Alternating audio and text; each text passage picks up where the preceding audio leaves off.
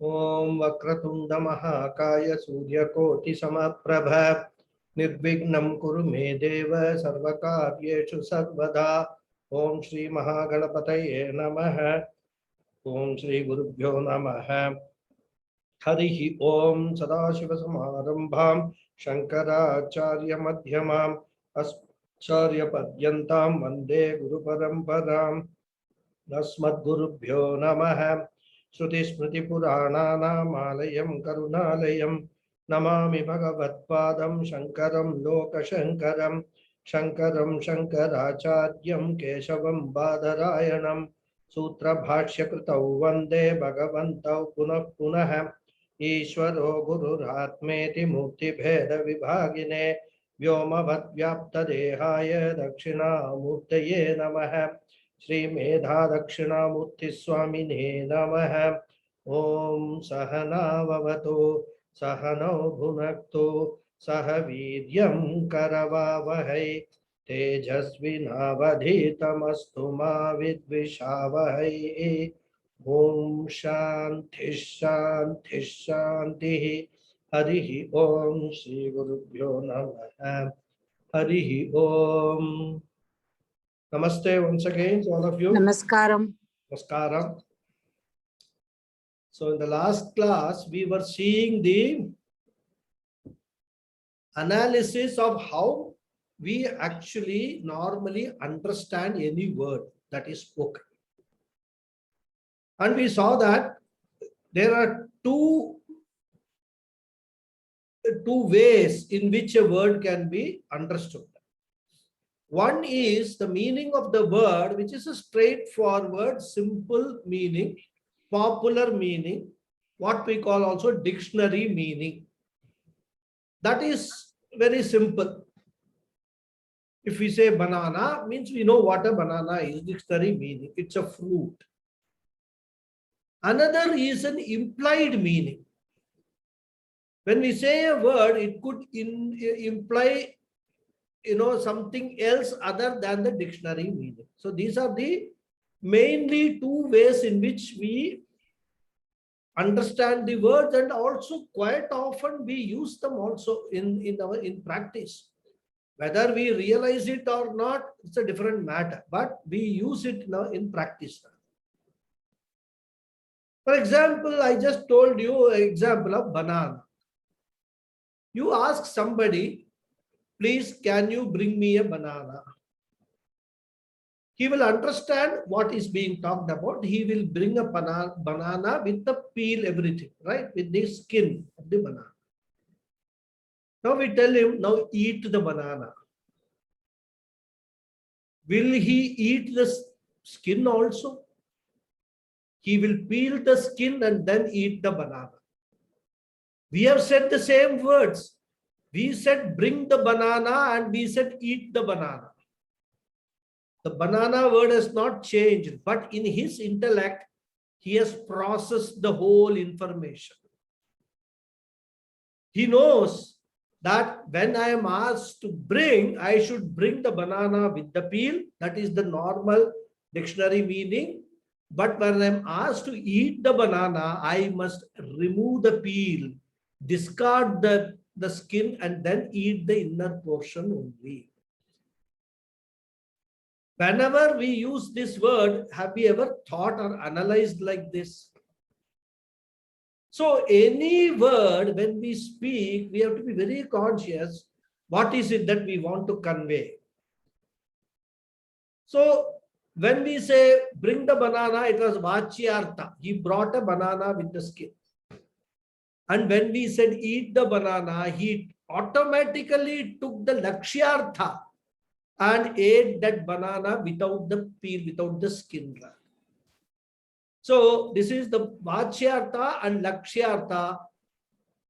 So many instances we keep on using this without realizing that this is what it is. Implied meaning and the straightforward meaning. Okay.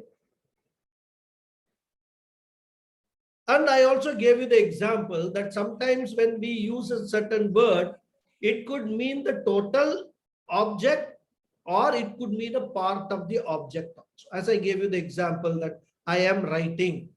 When I say I means the full I, all inclusive. But when I say I am writing, we refer to only the hand which is writing. The full body is not writing, isn't it? So again, there we automatically filter that information. We take the lakshyartha and then remove the unwanted, references to eyes cannot write, ears cannot write. So all those are filtered out, and only we understand that the hands are writing. So this is how the vachyartha and lakshyartha are used.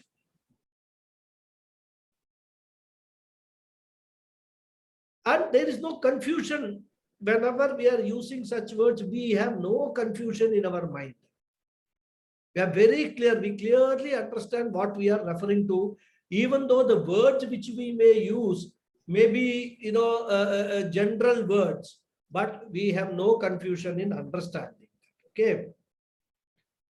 So a word can either, convey the meaning of the total object or a part of an object. It can convey a literal meaning or a figurative meaning. So these are the various, combinations in which we can understand the words. That is primary meaning or secondary meaning. We can take it that way. Primary meaning means the literal meaning. Secondary meaning means the implied meaning or the figurative meaning. So this is the difference between vachyartha and lakshyartha. And any intelligent listener will take the appropriate artha depending on the context. Right. So coming to this, we have seen the word I, aham in Sanskrit. This includes what all things? The direct meaning of the word aham means what? This physical body, the subtle body. We can include karma sharira also if we know such a thing exists. And also the reflected consciousness which is there. That is the total aham. Isn't it? Stula sharira, sukshma sharira, karana sharira, and also atma, jivatma. That is what is aham is about. A package of 4 items. But suppose I say I am fat. What will you understand? Will you understand that my sukshma sharira is fat, my karana sharira is fat, or my consciousness is fat? You will not understand. When I say I am fat, you will understand that my physical body is what I am referring to. I am not referring to any other entity which is also constituting that I. Part of that I, but I am not referring to that. You very, very clearly understand that.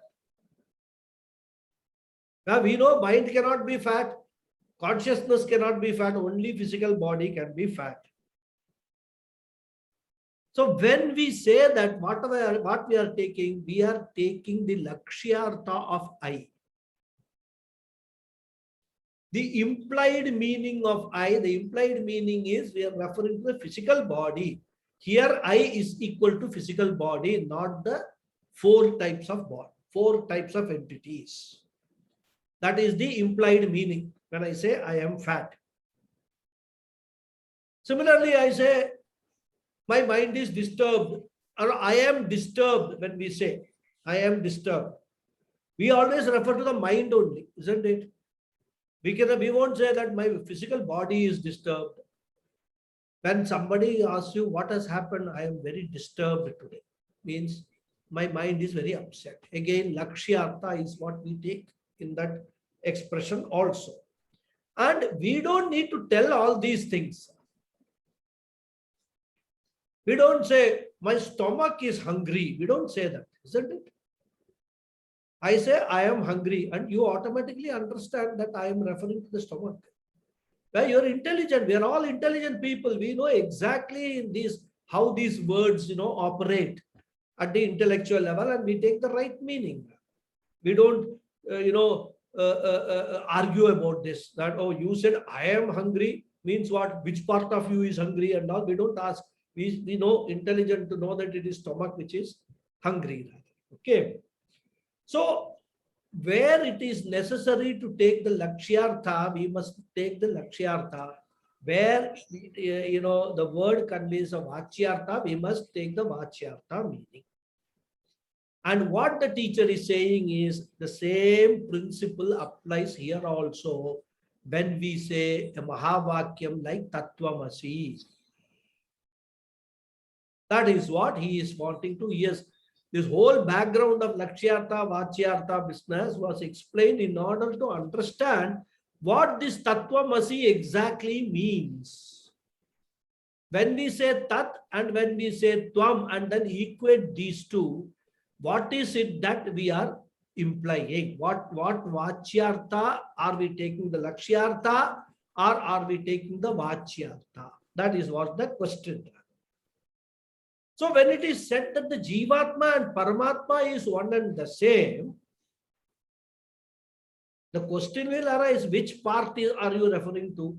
Are you referring to the Stula Sharira of the Jivatma and Stula Prapancha of Paramatma? Or are you referring to the Sukshma Sharira of Jivatma or Sukshma Prapancha of Paramatma? Or are you referring to the reflected consciousness of Jivatma or reflected consciousness of Paramatma? Or are you referring to all of them? The question will come. What are you referring to when you say Jivatma is equal to Paramatma? Right?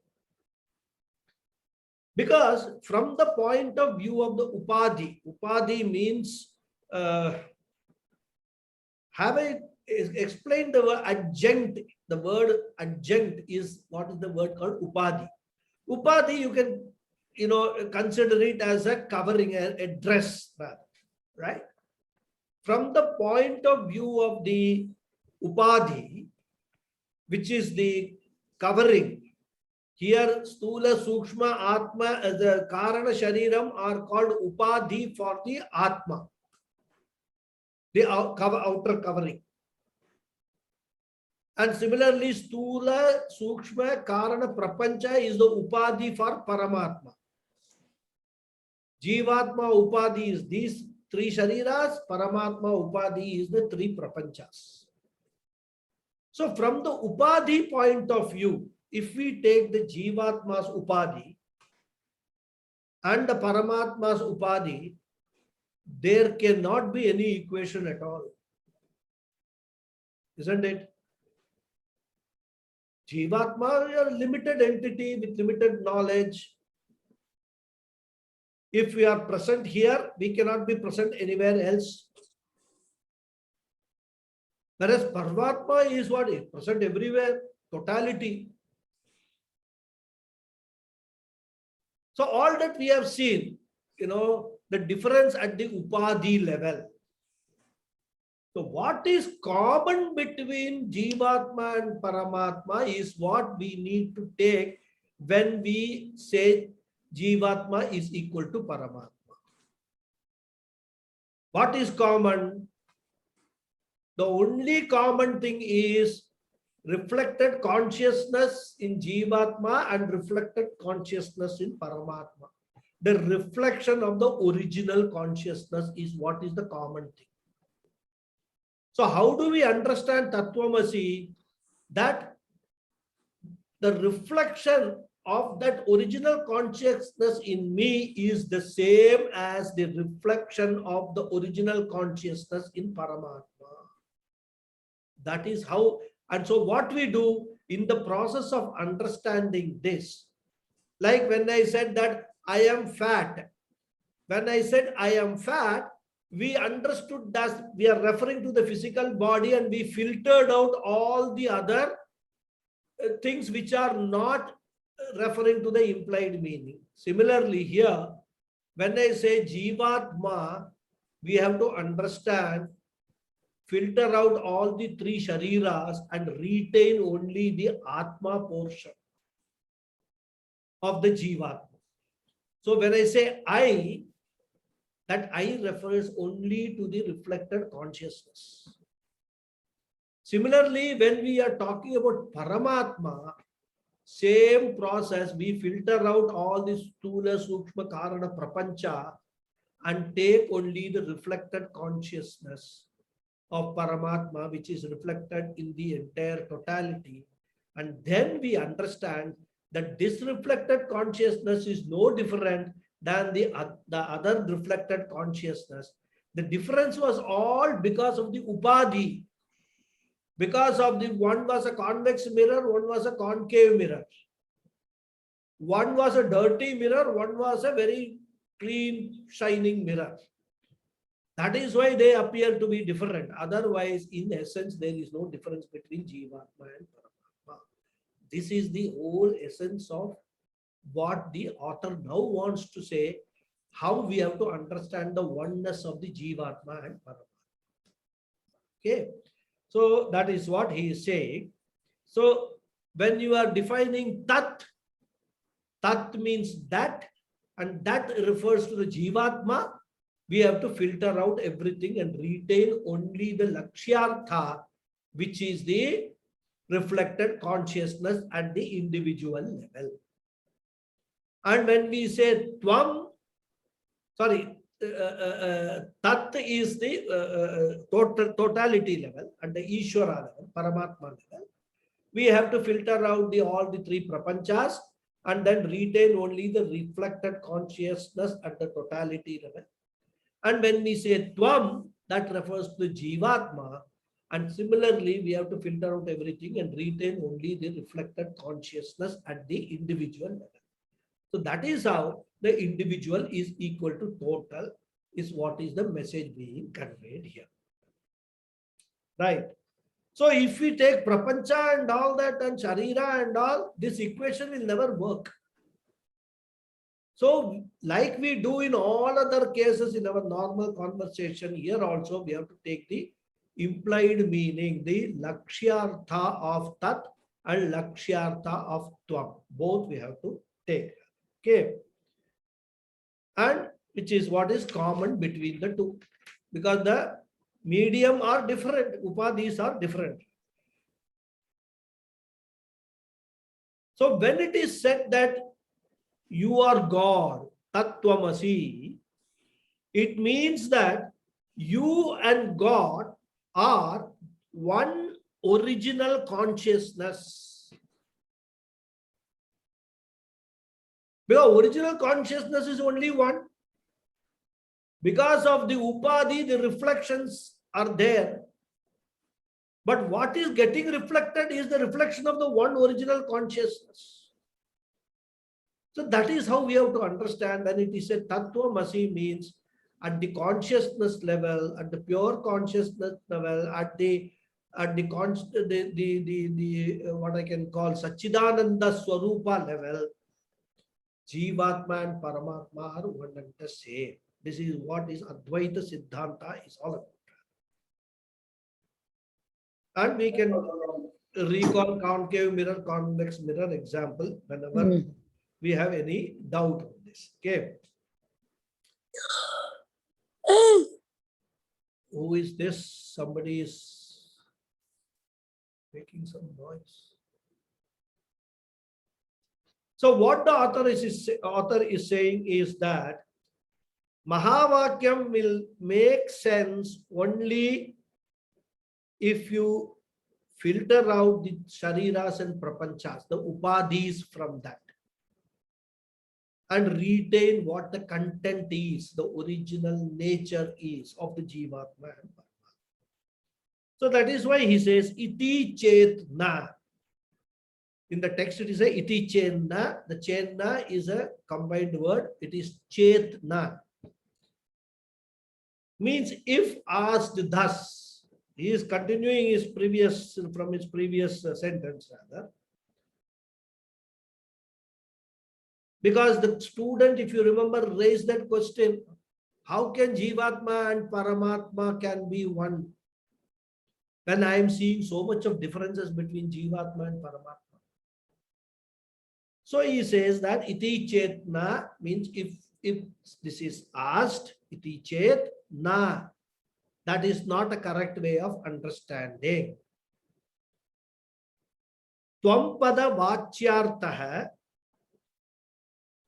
stula sukshma sharirabhimani tvam pada vachyartah. So the word I refers to the stula sukshma karana sharira identification.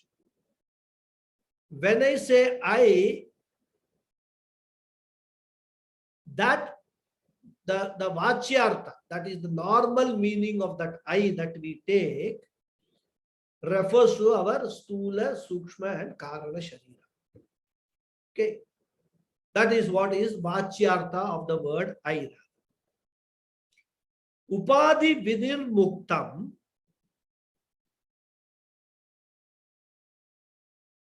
samadhi dasha sampannam shuddham chaitanyam tvam pada lakshyartha. So he says that upadhi vinir muktam, when you actually filter out these three upadhis, stula, sukshma, karana, sharira upadhis, samadhi dasha sampannam, dasha here means in that state, samadhi state, when you are in deep meditative state, there in that state, what exists is only Shuddha Chaitanyam. Samadhi dasha sampannam, you can take it even at a deep sleep state. At the deep sleep state, stula, sukshma, karana, sharira are not working at all. They are all resolved as if resolved. They are not completely gone, but they become totally inactive. What is surviving even in a deep sleep state is the Shuddha Chaitanyam, the reflected consciousness, which is the Sakshi, witnessing even this deep sleep state, recording the deep sleep state. That is what is remaining. So what is when you actually filter out, remove these three upadhis, in that state of your mind, here removal is not physical removal, as I told you, it is only in our understanding. In that state, what is remaining is only Shuddha Chaitanyam. And that is the Lakshyartha of Tvampada. Like when I said, I am writing, the hand is the Lakshyartha of I. Because we vinirmuktam, all other upadhis are vinirmuktam. We remove it, right? Evam, similarly, sarvagnyatwadi visishta ishvara. Visishta means who is endowed with. Sarvagnyatwadi. Sarvanyatva means all knowledge. Sarva Shaktiman. Sarva Vyapi. Adi Padat, you can include all the qualities of Ishvara. At the Upadhi level which we perceive, at the Prapancha level which we perceive of Ishvara, Paramatma. Tatpada Vachyartha. So like Stula Sukshma Sharira Bhimani Tvampada Vachyartha. Evam, similarly, Sarvagnyatwadi Visishta Ishvara Tatpada Vachyartha. So these both are Vachyarthas. The literal meaning or the popular meaning of these words. Tat Tat Tvam. And there also he says Upadhi Shunyam Shuddha Chaitanyam Tatpada Lakshyartha. There also, if we ignore the upadhis, the adjuncts, these stula, sukshma, karana, prapanchas, all this sarvajñatvam, sarvavyapitum, all that if we remove that, qualities of Ishvara, which we perceive, what is left is only Shuddha Chaitanyam, which is Tatpada Lakshyartha. So if we understand this, then Tvampada Lakshyartha, which is Shuddha Chaitanyam, is equal to Tatpada Lakshyartha, which is also Shuddha Chaitanyam. Evam cha, in this manner, Jiva Ishwarayoho Chaitanya Rupena Abheda Bhadaka Bhava. If we understand in this manner, after filtering out all these upadhis and only understanding that when I say Jiva, I am meaning the reflected consciousness, the Shuddha Chaitanyam. When I say Ishvara, I am meaning the Shuddha Chaitanyam. If we understand in that manner, then only we will understand this Jiva Ishvara Aikyam, oneness of Jiva and Ishvara. So, what he is saying is that in the context of this Mahavakyam, we should not take the Vachyartha of Jiva and Vachyartha of Ishvara. We should take the Lakshyartha of Jiva and Lakshyartha of Ishvara, which both denote, which is common, which both denote Shuddha Chaitanya. That is what he says, the pure filtered cosmic consciousness is what we have to take as the meaning of Tatpada and Tvampada, the implied meaning. And it is because, and if you have to understand that all these differences, forget between Jiva and Ishvara, even between one Jiva and another Jiva. All these differences that we are perceiving in all is only because of the upadhis, because of the quality of the reflecting medium. Otherwise, there is no difference between one Jiva and another Jiva from a Lakshyartha point of view. So one Tvam is the same as another Tvam, and there it is not a different Atma also. We are not talking about one Shuddha Chaitanyam in one Jiva and another Shuddha Chaitanyam, a different Shuddha Chaitanyam in another Jiva. We are not talking about that. We are talking about one Shuddha Chaitanyam, the original consciousness, which is getting reflected in all the Jivas and also Paramatma. When we understand it in this particular manner, only this Advaita Siddhanta will be established. We will be able to understand Sarvatma Bhava. Everything in this whole universe is one and the same. That is how we have to view everything. Be it an ant, a mosquito, even Corona, if it is working, it is because of Shuddha Chaitanyam that gives Corona the sentiency to go and, attack people.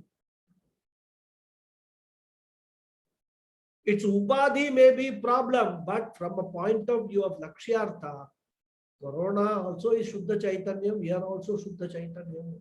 So that is how we have to understand. Okay. Then there may be somebody who will be arguing that I don't see Shuddha Chaitanyam, so how can I even assume that such a Shuddha Chaitanyam exists? In fact, in our Shastra, this particular aspect has been dealt with very, very clearly, even in Kathopanishad and all. When Yamaraja is teaching, he gives logical answer why there should be something. Why there should be something other than what we can see, what we can perceive, which is driving this whole thing. Otherwise, on its own, all this matter is jadam, it is insentient, it is inert.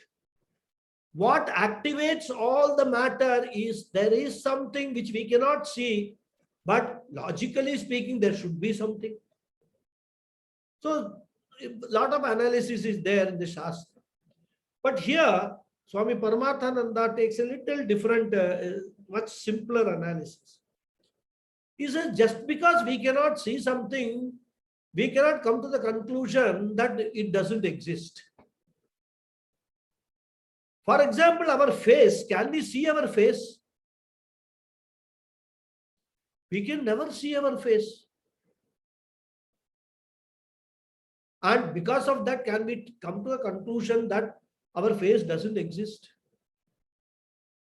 If we have to see our face, we have to use a reflection, a mirror. In the mirror only we can see our face. And we have to believe that mirror. Suppose somebody right from childhood has been looking only at a concave mirror. He has never seen a normal mirror. Always looking at his face in a concave mirror. What will be his impression about the face? His face is a long, elongated face, like a concave face. That is what he will be thinking. So, when we want to see our face, we have to use a reflecting medium to see our face. Similarly, if we have to understand what is consciousness, we have to depend upon the reflecting medium of Sthula Sukshma Karana Sharira for us to understand what this consciousness is, what this Shuddha Chaitanyam is. We can't see our own eyes. Can we see our eyes? How can we see our eyes? Eyes are required to see the eyes. Eyes are eyes. Funny statement. Anyhow, again, eyes also, we can know that we have the eyes with this shape and all when we see in the mirror. So for many of our experiences of sight, seeing, experiencing, we always require an external medium for us.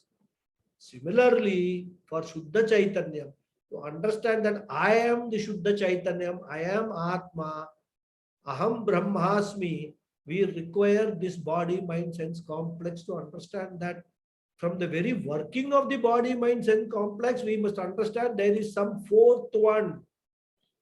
Apart from these three Sharira, there is a fourth entity which is there within me, which I can't see, but that is what is activating this whole thing. Similarly, at the totality level also, I can see all these things. What is a planet? A planet is nothing but an inert body. But it is being made to move around in a particular well-designed pattern. What is that? That is the order of Ishvara. How does that order work? Because of Shuddha Chaitanyam, because of this consciousness. It is this consciousness which is powering this entire universe and makes it work. From the consciousness point of view, there is no difference between one Upadhi, another Upadhi and all. Consciousness doesn't have any difference between a Jupiter and a Mercury. Sizes are different totally. But from a consciousness point of view, Jupiter is also an inert matter, Mercury is also inert matter, and the same consciousness blesses both Jupiter and Mercury to go around the sun. That is why they go around the sun. This is how we have to understand this Tattvamasi. And the argument that I can't see the consciousness, so it does not exist, is a very specious argument. It won't hold good if it is countered with so many other arguments also. Okay. So he says that evam cha Chaitanya Rupena, in this manner, in the form of the original undistorted consciousness, Jiva Aishwarayoho Abhede. No, the non-difference between, Abhede means non-difference, between the Jiva and Ishvara. We have to understand. And we have to understand also that this distorted medium are also temporary. They are not permanent. Okay. So, from a point of view of distortion also, it is not a real distortion, right?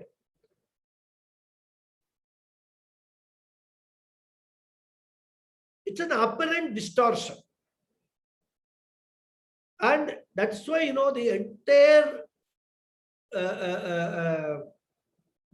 entire prapancha, including all this jiva, jivatma, everything, the Shastra says is Maya Krita. And Maya means their appearances only. They actually have no existence on their own. So we have to keep that also in mind, that whatever even this medium and distortions that we are referring to are temporary distortions. They are not going to last forever. When this body goes, this distortion goes, but the Atma survives, Atma remains always, the Chaitanyam remains, right? And whenever we say I am, we don't realize it. But that am or is, the word to be, is referring to that Chaitanya only. Because our very existence of even this body, mind, sense complex is dependent on the Chaitanya. So whenever we are saying I am, in future we must understand I am referring to consciousness.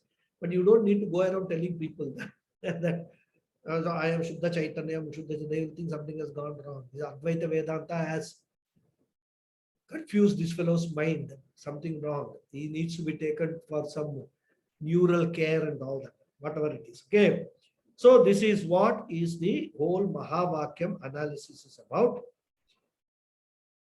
And this is how we have to understand when we say Tattvamasi or Aham Brahmasmi or Prajnanam Brahma, whatever Mahavakyam, there are hundreds and thousands of Mahavakyam. If you go through our Upanishads and even Vedas also, so many places is there.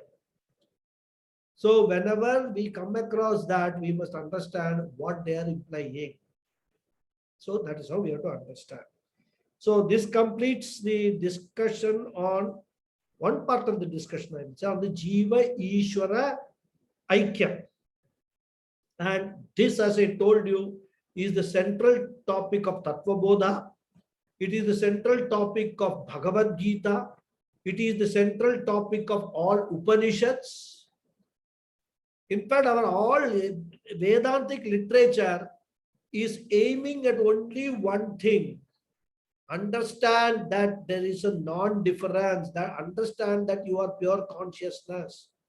Once you understand that, assimilate that understanding and abide in that understanding, all problems, all miseries which actually visit your Stula Sukshma Karana Sharira, you will learn to disassociate yourself with that. Even though your body, mind, sense complex may be experiencing all the miseries, problems, everything. But mentally, in your intellect, you will learn to disassociate. Okay, these problems are there. These body, mind, sense complex are the result of their own karmas. So the karma phalam is visiting them and they are suffering. I am not suffering. I am Shuddha Chaitanyam. There is no suffering for me. Something like what the doctors call it, a placebo effect. What you believe, you become. So this is how the Jiva Ishvara Aikyam topic is to be understood. Okay.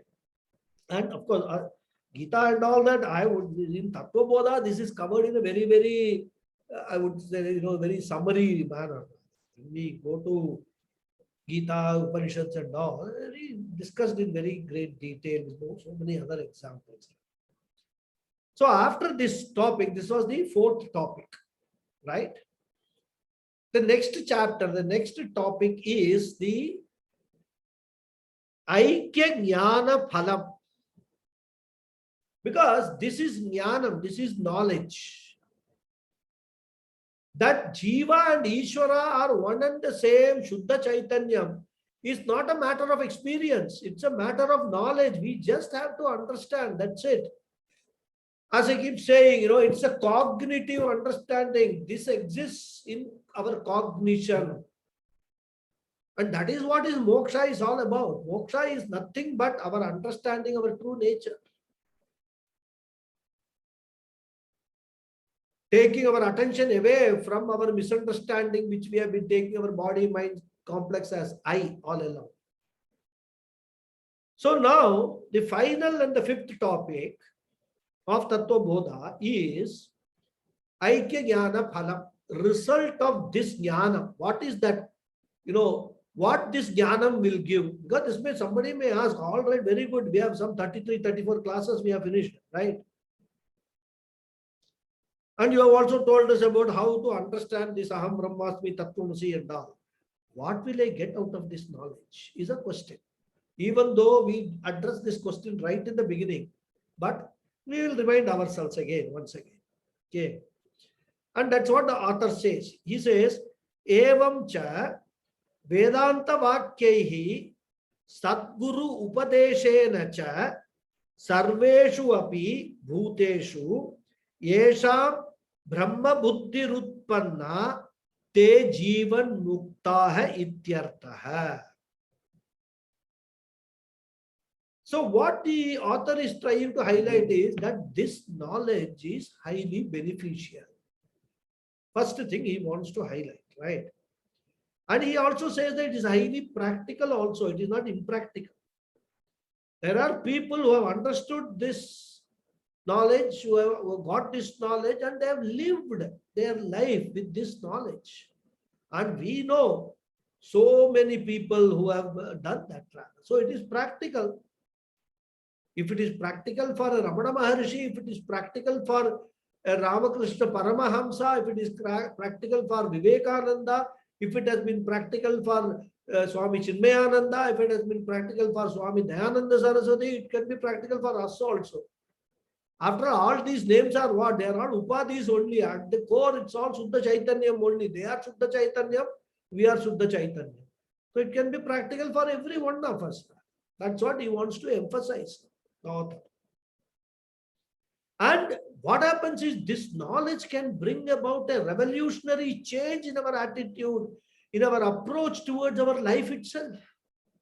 That is the beauty of this. In everything that we do, there will be change in perspective. And that change is what is called moksha or mukti. Now, moksha mukti is nothing something, some rocket science business. It's just understanding the true nature of ourselves. That's all. All our problems have been because of the misunderstanding. So, right understanding will bring us moksha. Again, moksha is not a destination. It is just a way of living, totally freed from all sorts of miseries, problems, sorrows, worries. That is what is moksha. In the other side of it is being happy always. Nothing comes in between to disturb that happiness which is continuing. So the result of this knowledge, what the author is saying here is moksha, for which he uses a word Jivan Mukta. And of course, he is also implying how this knowledge has to be acquired. What is the methodology of this study? That's why he says Vedanta Vakyaihi. One has to study the Vedanta, the Vedantic scriptures, the Mahavakyam analysis. Because even after understanding all these things, it will appear all to be a theory. Many people, Swami Dayananda Puja Swamiji used to say, they will come and tell him, it seems that, oh, we have understood all this oneness and all, but how can we practically experience it? Swamiji used to laugh. He used to say, Every experience of yours is the experience of this Shuddha Chaitanyam only. Without Shuddha Chaitanyam, you will have no experience at all. You will be Jadam. Dead body does not have any experience. So Swamiji says that somebody says that I have understood Jiva Ishvara Aikyam, oneness of Jiva and Ishvara, but now I want to practically experience it. It means that he has not understood anything. That's what Puja Swamiji used to say, tell us. Okay. So, first thing he says that it has to be learned. This knowledge has to be learned from Vedanta Vakyaihi. Here we can take Vedanta Mahavakyaihi because the topic is Mahavakya. The grand equation, the sentences of Vedanta, Upanishads, Brahma Sutra, then Bhagavad Gita, all these Prasthana Trayam, Shruti Prasthana, Smriti Prasthana and Nyaya Prasthana. All the sentences which actually reveal this oneness of Jiva and Ishvara, that Vedanta Vakyehi is one part of this learning. Another is Sadguru Upadeshena. Again, he is emphasizing, don't do self-study. You will not understand anything. Many people do try all that. And they are the people who ask such questions. What is the experience? Practical, how can I experience practically Shuddha Chaitanya? Because they must have done self-study. There are so many books available. Take a book and read. And then write articles. I know a few people who do this. They know nothing about Vedanta, but they will write articles on Vedanta. So, Sadguru Upadeshena, here Upadeshena means the teaching of a guru. And Sadguru, especially he says, because gurus can be different types of gurus. The Sadguru is a one who not only has that knowledge, but he also has the skill to impart that knowledge as per the tradition.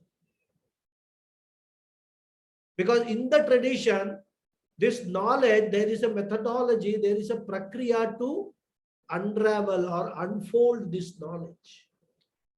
The Sadguru is one who has come in the tradition, who has himself learned from another guru who has come in the tradition, and he has the necessary skills to impart this knowledge. So you have to learn from such a person. And he is called Sampradaya Vit. He is called a Sampradaya Vit. He is such a learned teacher who has the skill to unfold this knowledge. So Vedanta Vakyahi, like Mahavakyahi, what I said, Tattvamasi, Prajnanam Brahma, Aham Brahmasmi, Yaschayam Purushe, Yaschavaditye, Sa Ekaha. So many hundreds of Vakyas are there. From that analysis of those, and then Sadguru Upadeshena. One who has an effective method of communication and one who is a master in communicating in an appropriate way. He is a Sadguru. And actually in our scriptures, I think I must have told you earlier also, how this knowledge has to be imparted is dealt with in very detailed manner. Because this is the knowledge which is not available for a common man. Bhagavan Krishna calls it Rajaguhyam.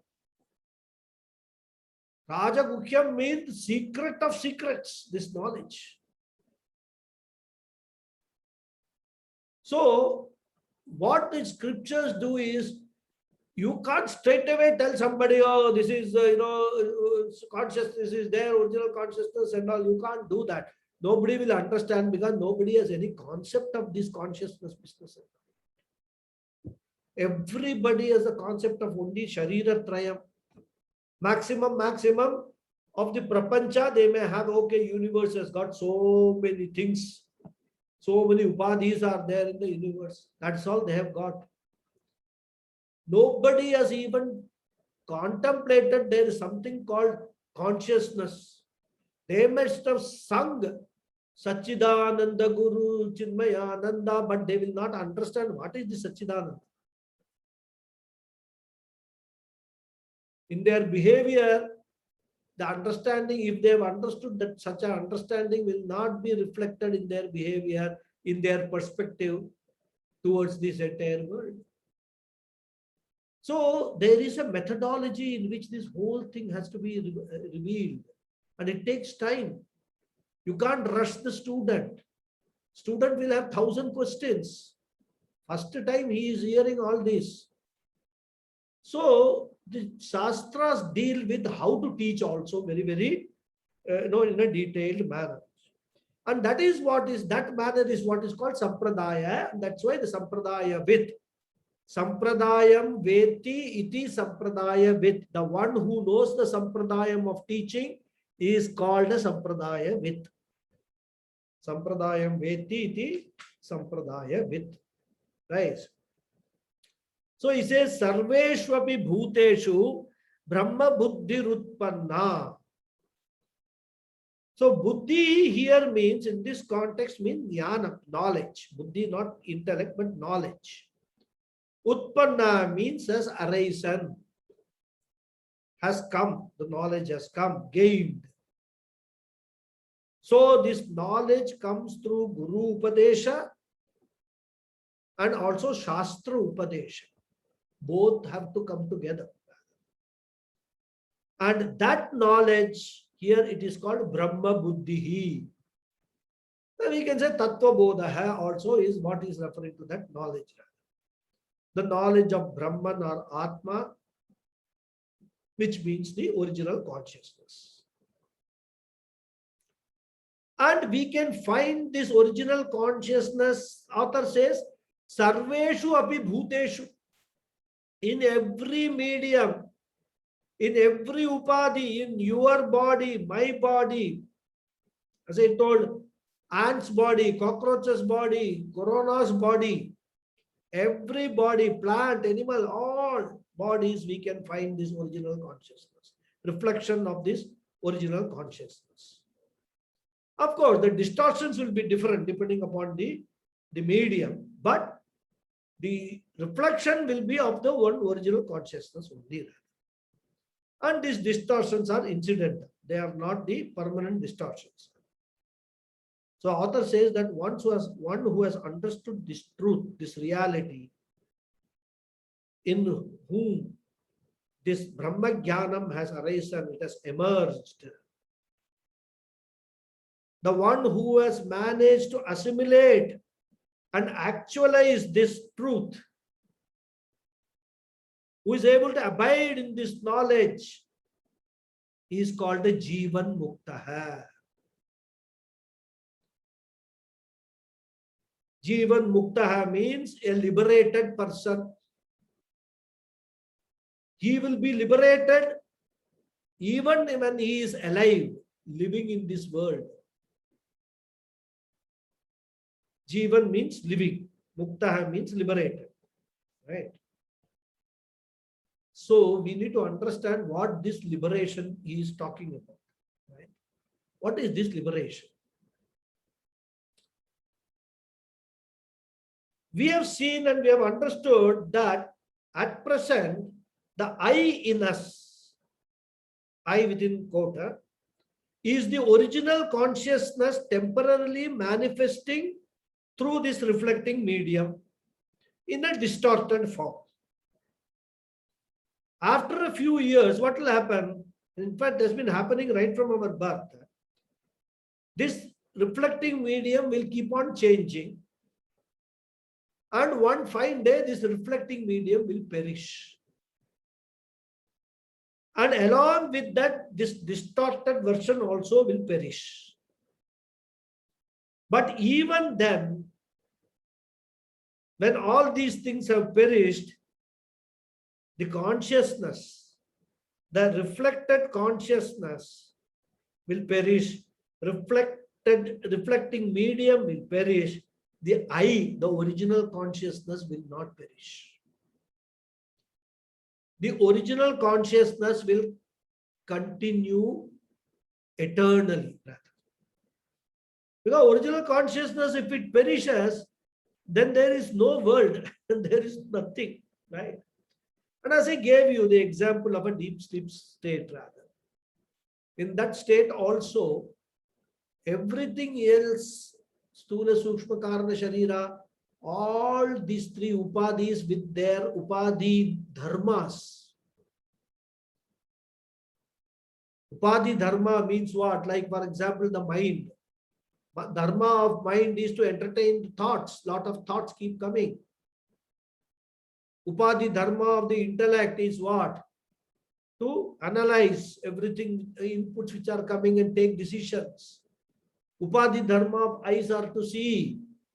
So all the upadhis and the upadhi dharmas are completely as if perished during deep sleep state. But original consciousness the consciousness which is reflecting in this upadhi, that survives. Even that deep sleep state survives in the sense that still there, available for reflection. It is only because there is a cloth of deep sleep which are put on these bodies that the reflection is not taking place on the bodies.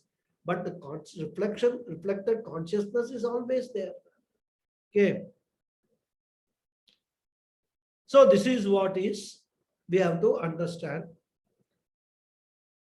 And the biggest fear which any human being can have is the fear of mortality, isn't it? There is such a instinctive, we all have that instinct to save ourselves from danger. Why? Because we fear death. And it is the same with not only us. I mean, everything. You try to see a cockroach going. Many ladies, they will take up a broom to hit the cockroach.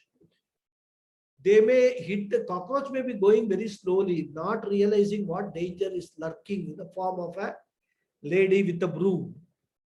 She will hit that cockroach once. The moment that hit comes, the cockroach will know I am now in great danger. My life is in great danger. And you can see the speed with which that cockroach will go and disappear somewhere. Why? Mortality, fear of mortality, fear of death. Even a cockroach has got, all of us have got this fear of mortality.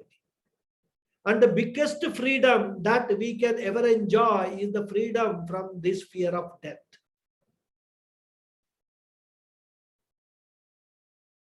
Freedom from all sorts of insecurity. And as we have seen earlier, we all suffer from a lot of insecurity. Even as children, we used to cling to our mothers, or at least to mothers that sari pallu. We used to catch hold of them. My mother told me that I used to do that. Wherever she goes, kitchen, everywhere and all, I used to hold that and go behind her. Only place when she says that when you used to go to the toilet, she used to leave me outside the door and I used to cry. And then when I see her, crying is gone. So this insecurity right from childhood we have. So we stick to our mothers or parents. Child keeps crying. Why? Feeling insecure. The moment you pick up the child, a baby I'm talking about, it will stop crying. Why? Feels secure in somebody's hands.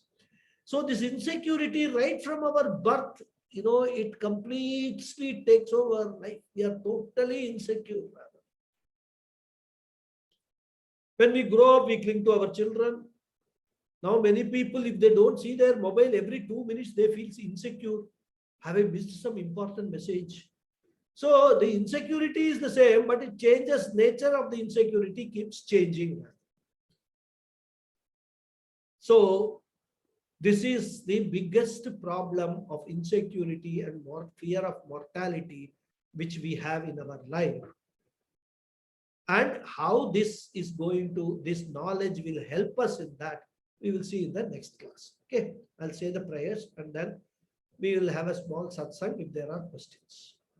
Om Purnamadav Purnamidam Purnat Purnamudachyate Purnasya Purnamadhaya Purnameva Vasishyate.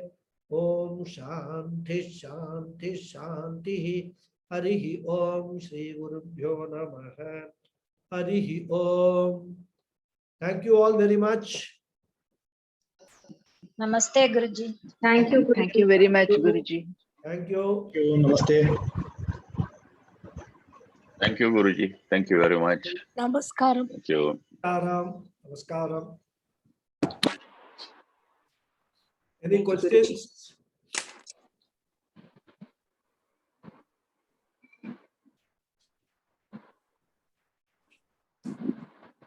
I feel there are no questions. It was too much today. Maybe next class we will have. Sorry? I said it was pretty heavy today. That's what I often say, you know, when there are no questions from students, either they have understood everything or they have understood nothing. Today everything went about. Everything went over my head. Over your head, okay.